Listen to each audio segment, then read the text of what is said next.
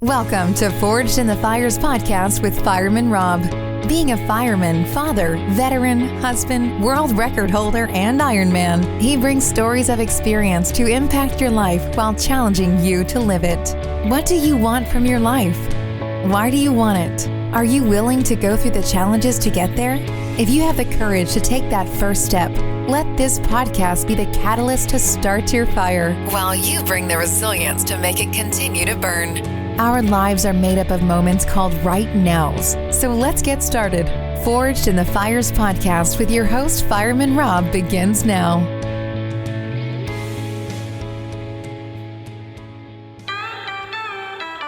We got the same blood, the same blood. Stay by your side, it's ride or die. We've got the same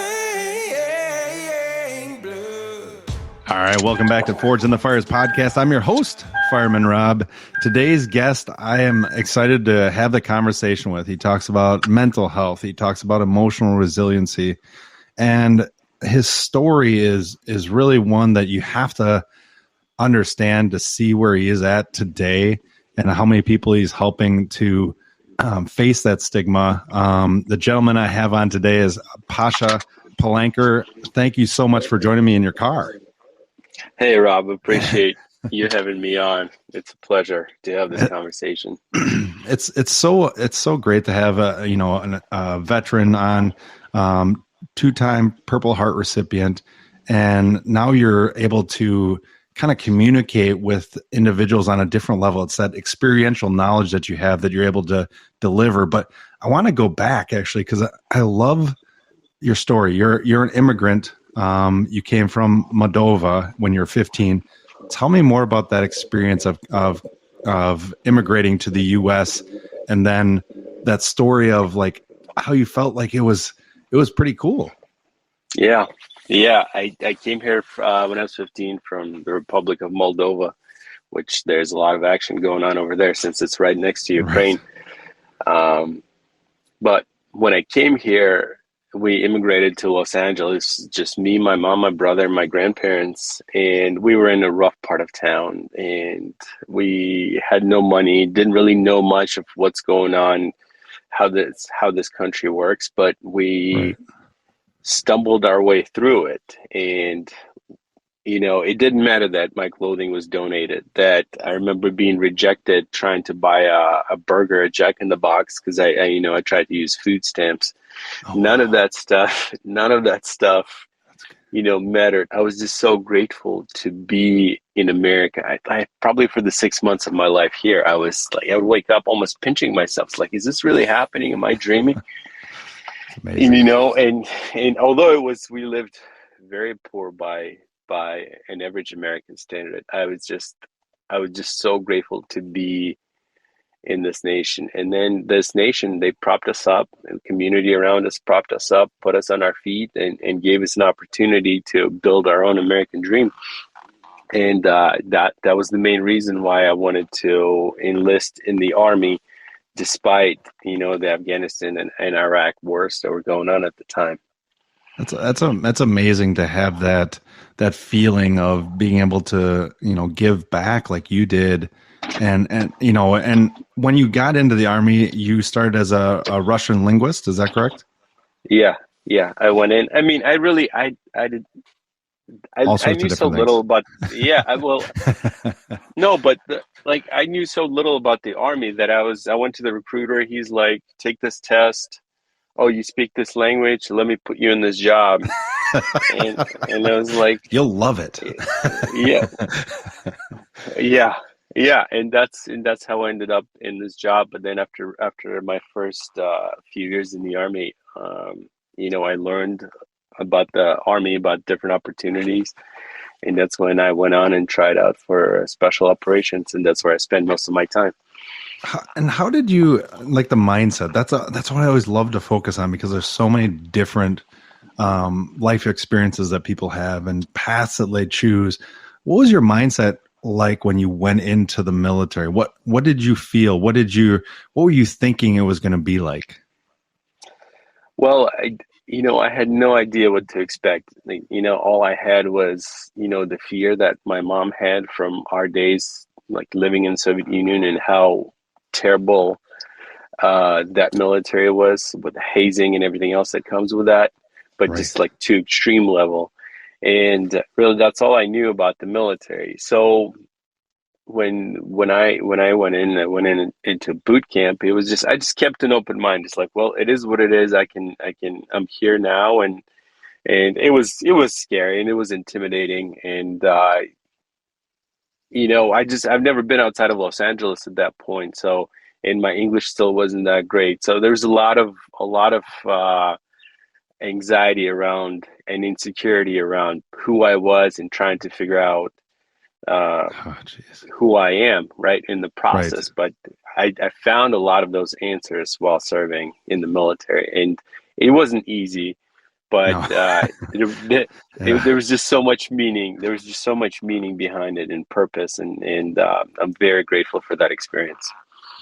And there's a story that you have, two-time Purple Heart recipient, and tell me more about that day. So you were in a non-deployable unit, but then you went and volunteered for your first deployment, and you were attached to an EOD unit, which is an explosive ordnance device team.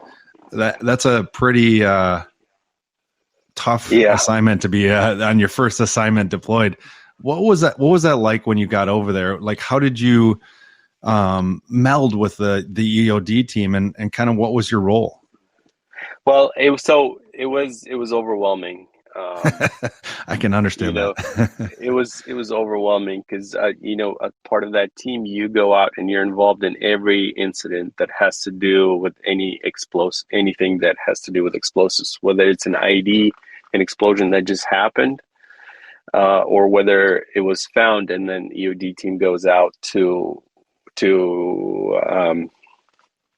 clear it, to detonate Right, it. And then I was there, my team was there, we were there to collect whatever kind of information we can about, the device itself, and then try to build a bigger picture of the networks of people who built them. And then we can go and neutralize them. But again, it was so overwhelming. And then these experiences, you spend, 1, 2, 3 times a day, you go out on the scene where um, somebody got hurt. A lot of times somebody got killed. Some of these events, we would go out where U.S. service members were not involved, but they detonated. It was a Sunni Shia situation where they detonated a truck oh, in a jeez. crowded marketplace. 150 people that are dead, and so just going out and being on scenes like that, and seeing and experiencing the chaos, the crying, the pain, the anguish, some of it is really gruesome to be around, and the smell and the sound. It was overwhelming. But Yeah, I can. the Yeah, mind. imagine. I mean, you've probably experienced a lot, not a lot, but you've experienced some similar stuff. Being a fireman and going out on these scenes.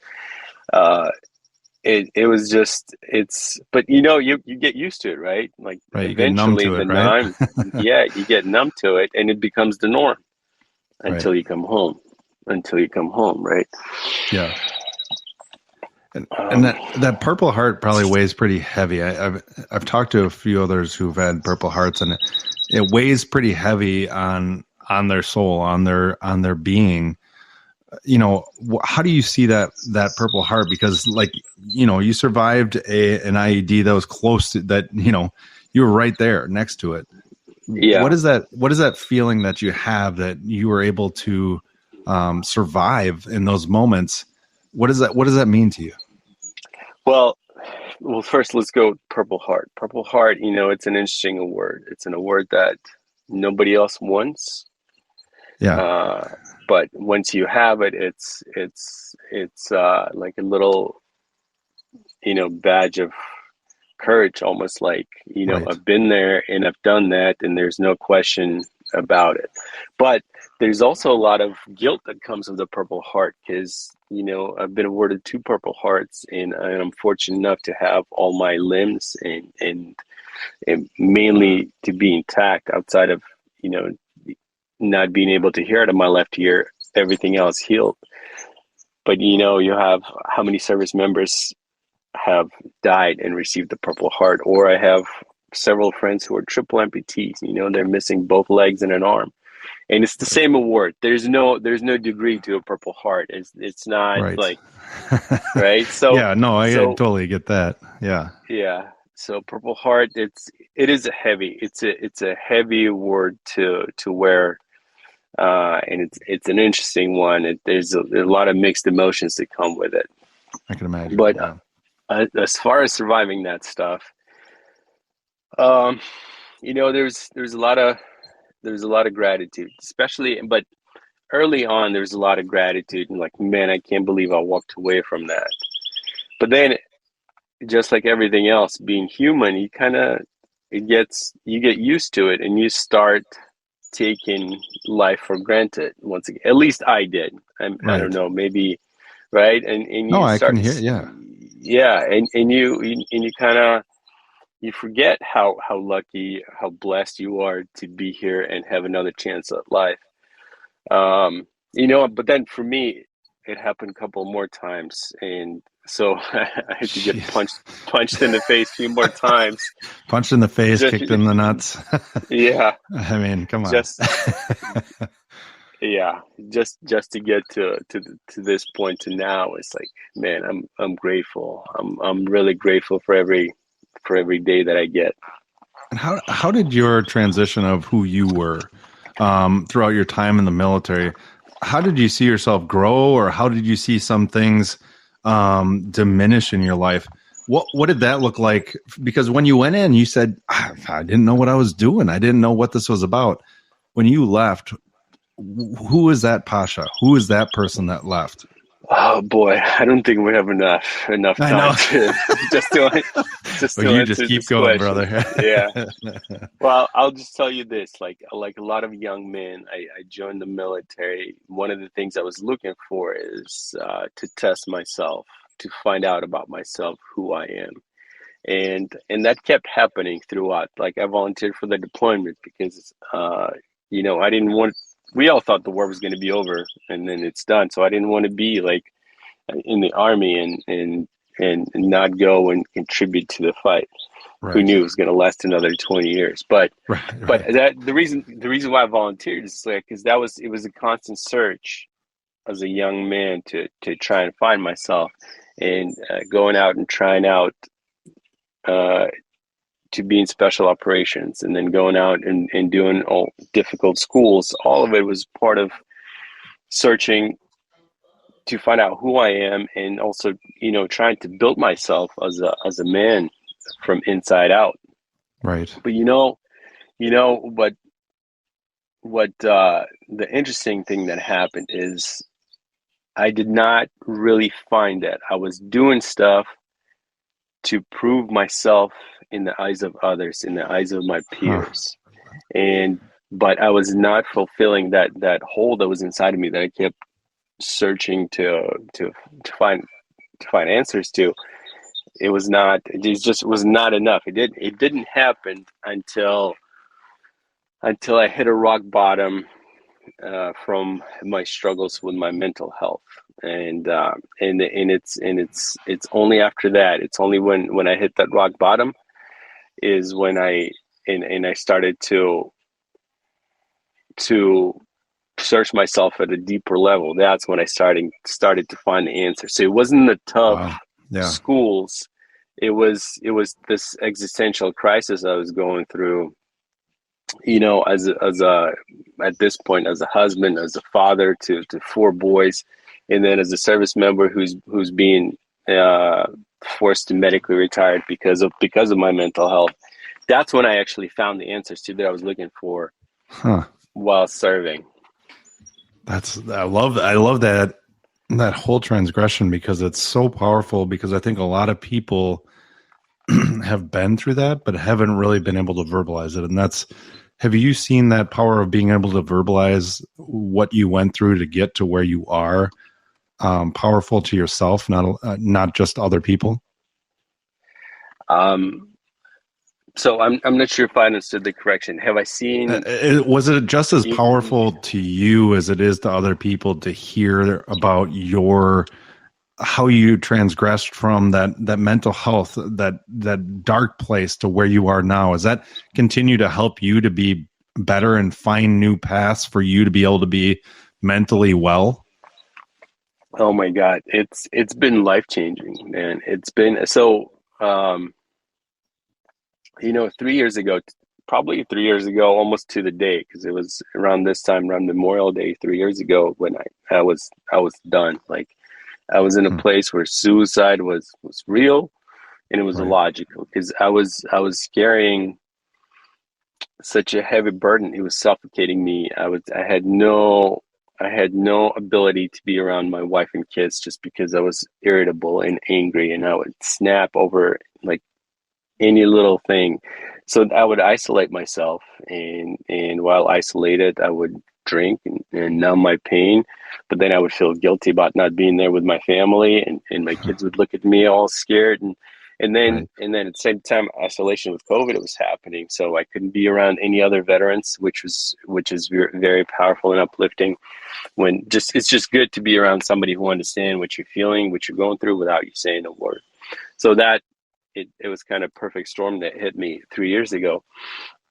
Wow. So I didn't know what else to do, and I didn't take the suicide route just because I didn't want to leave my kids without a dad, and I've lost a lot of friends to suicide, and seeing the aftermath of, okay, so the veteran is not suffering anymore, but man, all that pain is Everybody else transferred is. onto the family, right? Right. So I couldn't do that to my family. And so I got in the car and I drove myself to ER, where I ended up, spending time in a psychiatric ward. It wasn't pleasant. It was That was a not huge good. I mean, step, I'm not. though. I mean, that's a Yeah. lot of courage to do that.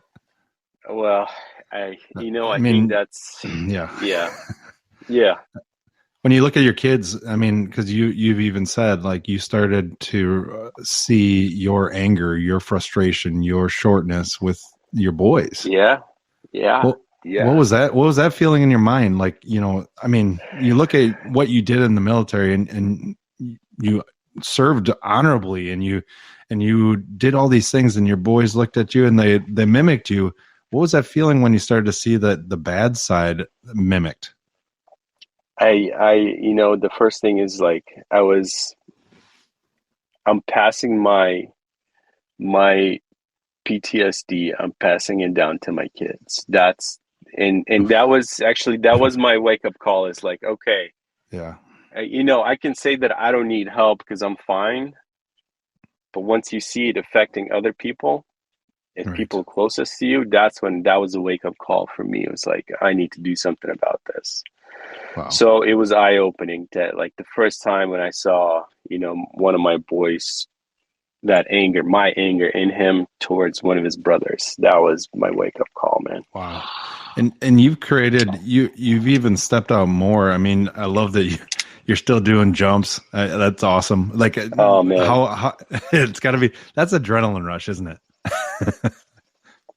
Well, it used to be. Now, like, Changed. now, well, now it's focused because the jumps that I'm doing, it's performance, right? It's jumping into Right. an event, and there's a lot of pride in flying an Oh, yeah. 1,100 square foot American flag, or the Purple Heart flag, or the Gold Star Honor and Remember flag. But there's also a lot of pressure that comes with it. You can't miss the spot where you land.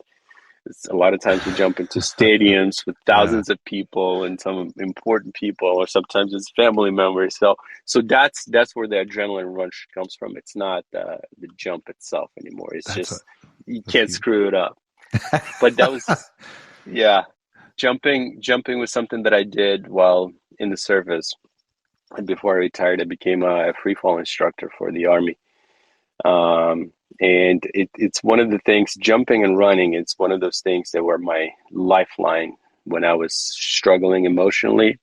Oh, wow. When you Yeah. jump, you can distract yourself, with a Right. cell phone, with a bottle of bourbon, with Yep. a lot of things, but you can also do it with jumping. And that's what jumping was for me. I love So that. yeah, now What that was I'm what well, was one of now, your most impactful jumps that you've done? well, it was two that just happened recently, and both of them were I jumped into the Rose Bowl, UCLA versus Stanford football game, and Oh man, my mom and my brother were on the sideline. I joined the army about 20 minutes from there, from the stadium, seriously. uh, in Los Angeles.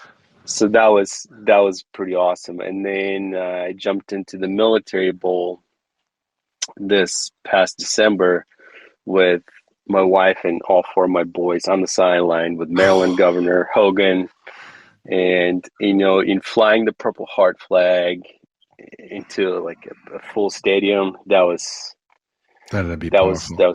Yeah, that was powerful, man. What was that? What was that like to? I mean, you talked about the hard part of your boys mimicking the wrong things, but them being able to see you do that. What does that mean to you to be able to show them the right way of living? Well, well, that's it. And I talk to them about everything. I talk to them about my struggles. I talk to them about what I went through. I talk to them about the mistakes that I made, and and then I also explain to them how all the dark side, the dark parts of my life, how that facing them Right. and dealing with them in the right way, how that led to me being able to do these things that we're doing now. I mean, I'll tell you even crazier story. Yesterday I just landed from me. I took two older boys to Israel for a family wedding, Oh wow. and while we're there, we start getting rocketed, like no shit rocketed. That was last Where week. that was. Oh I mean, yes. that was just on Saturday, like two Oh days ago. jeez. And never in my life I would have thought that I'm gonna hear and feel explosions anymore. But here we are, and now I'm here with my kids, and that situational awareness and the ability to stay calm Did it is bring what anything kept them back? calm. Did it bring anything What do you back mean? for you? Oh Like yeah, when you're absolutely, how do you absolutely.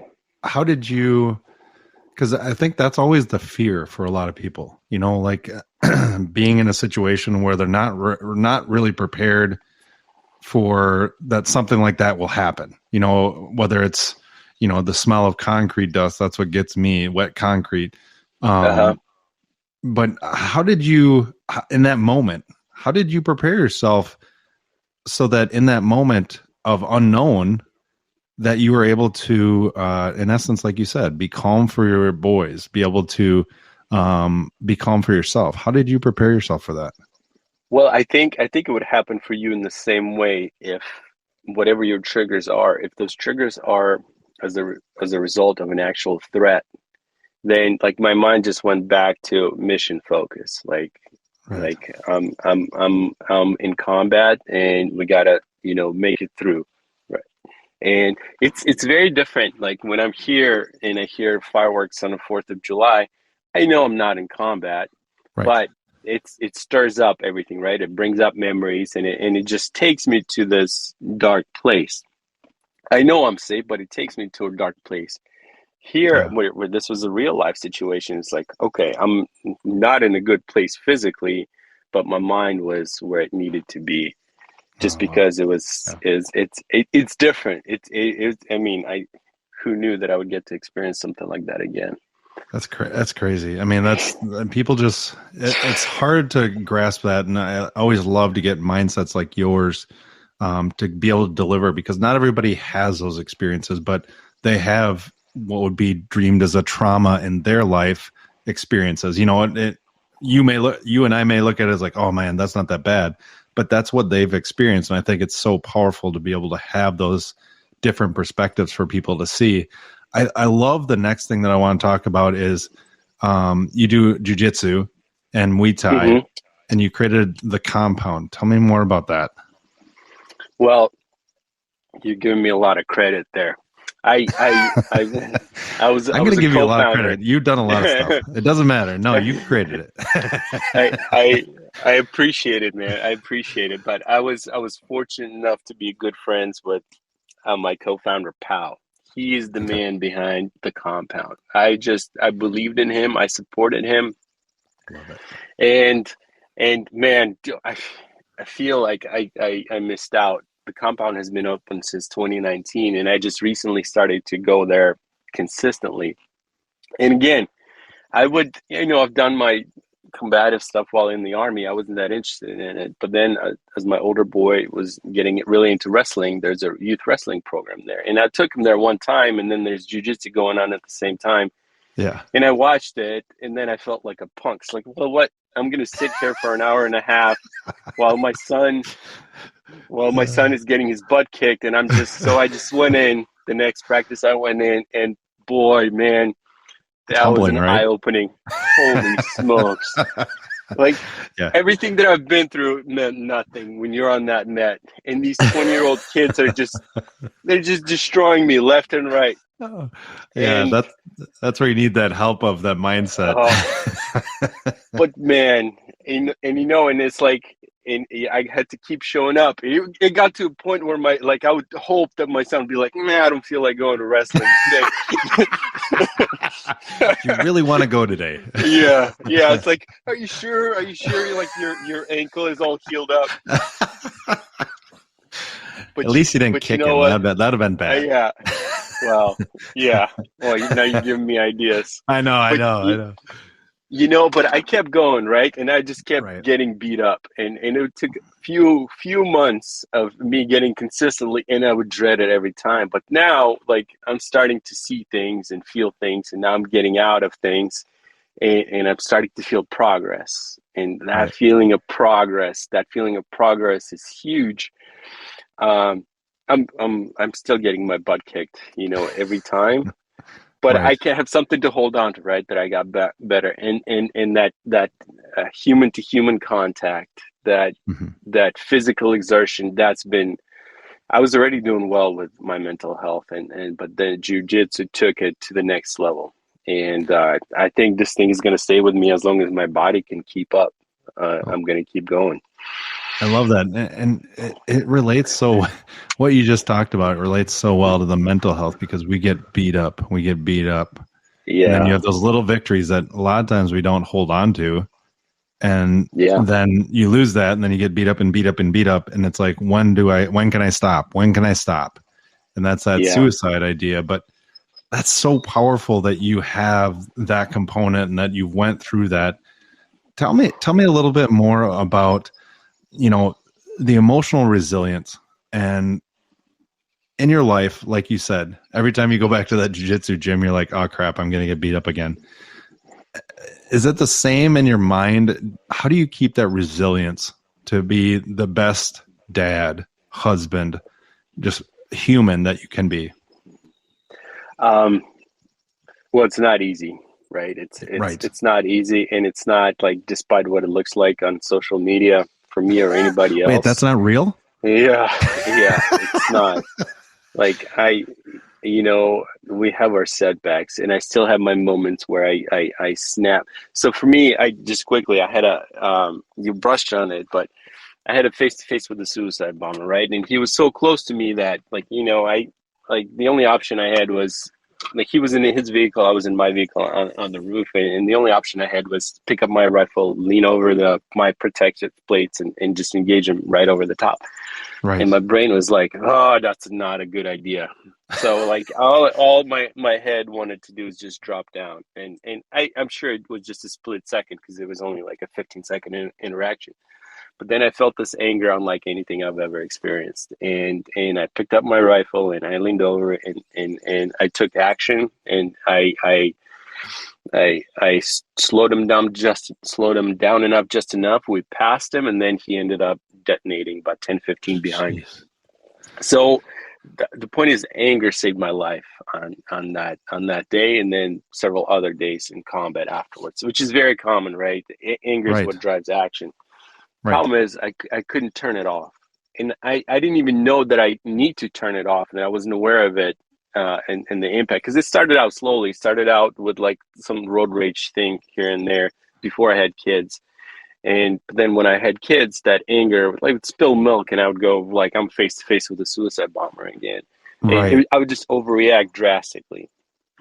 So you asked me about, how do I deal with the pressure of being the best husband and father, and the point Yeah. is, I still have moments where I snap and I overreact. I don't put my hands on the kids, but or my wife. That's never been a problem, but it's still, I'm not like, I'm terrifying them. Just my what they did is not warranted, and I Yeah. realize what happened. I go and I go on a long run or do something that allows my mind to settle down. Then I come back and I take ownership of what I did.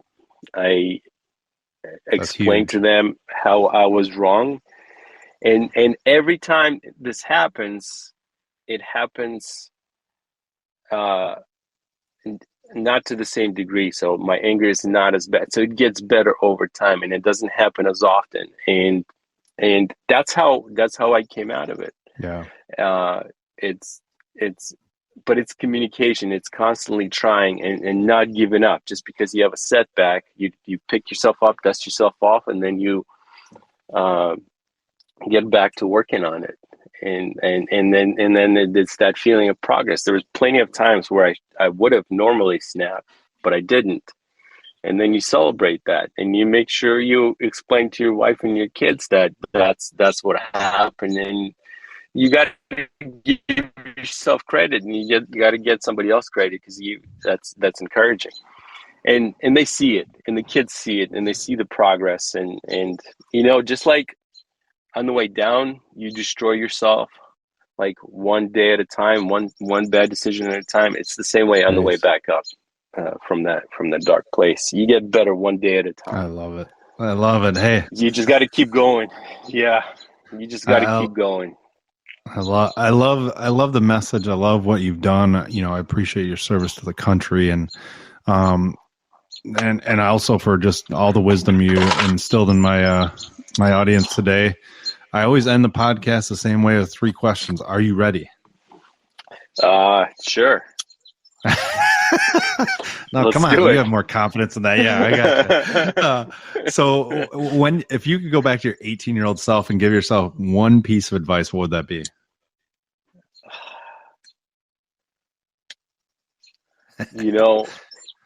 I mean, I'm thinking out loud. It's like the first instinct is don't make this mistake, don't make that mistake. Right. But the reality is, it's my mistakes that got me to the place where I'm at now. Exactly.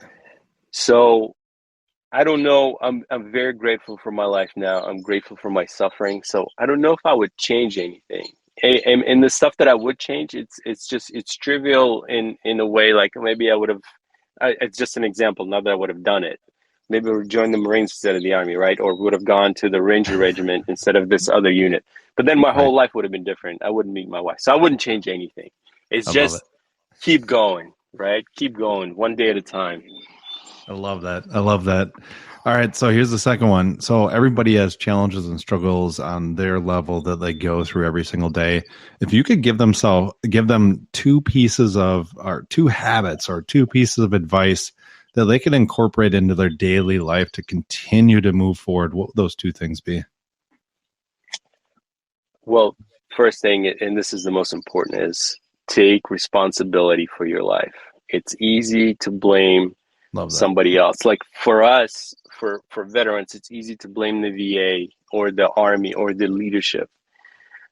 Yep. You lose control. You lose control over that. And that's what I did for a long time. As soon as I took responsibility, now all of a sudden I started to find answers and solutions outside of the things that I was blaming before. So you have to take responsibility for your life. That's it. You can't do anything without that. Right. And number 2, as far as the daily habits, start small. Start with the smallest thing. That it sounds stupid and insignificant, but making my bed every morning. Love it. Love that. Making my bed, because you start small and then that becomes a habit, and then you're like, well, what else can I do? And then you pick up this other habit. Now these 2 habits, and it's the progress. It's that feeling of progress, but you can't get there if you do try to get better in one day and change Right. everything in one. It doesn't happen that way. Start small and chase that feeling of progress, as we talked about several times. I love those too. All right, this last one's gonna be fun. If you could have coffee at a firehouse table, so in other words, there's no questions off the table. Everybody's gonna answer everything. With 3 people, they can be deceased or alive. Who would those 3 people be? Well, I mean, I've been fortunate enough to get to meet and speak with some good people in my life. But I'll give you one person, because there's one very clear cut. I don't know who the other ones would be. Probably have to go back in history, but it would be Kobe Bryant. I love that. So, yeah, he has had a pretty significant impact on my life, and he would be the one. And then outside of that, we would have to go back to like somebody like Marcus Aurelius. Oh, that's a good one. I like that one. Yeah.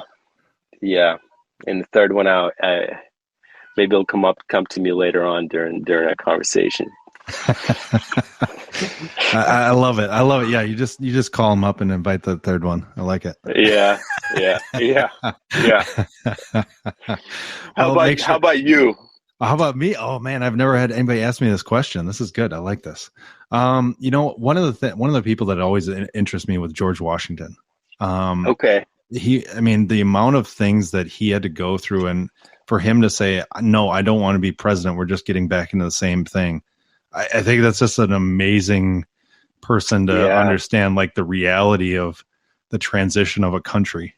I think that'd be one that I would love. You is the next one, because we're still having a great conversation. How you like that answer?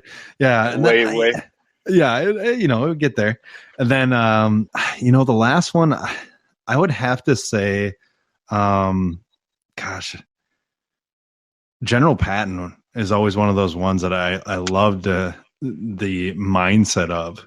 And it was so interesting doing I did a bunch of research on him, and he had so many different quirks that people didn't like, but there was so many different leadership qualities that he instilled in others, that he lived not just in the military but in his personal life, that just made him just an amazing individual. He's a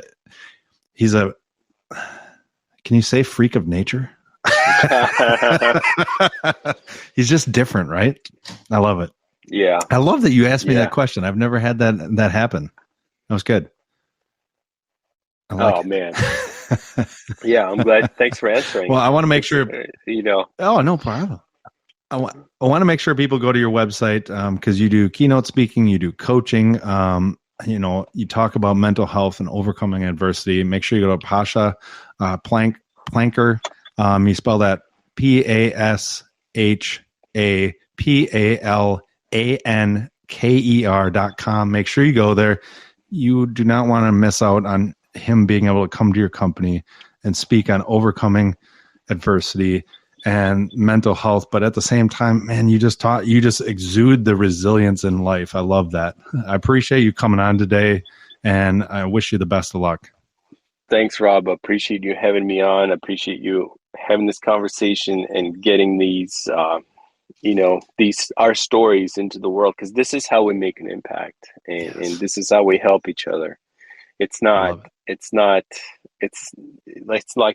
organization that's going to come and save us, but this is where impact is made.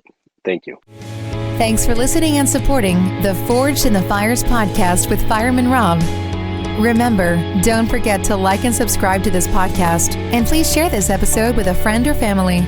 To find out more about Fireman Rob or reach out about a question, go to www.firemanrob.com. Until next time, live your life forged in the fires.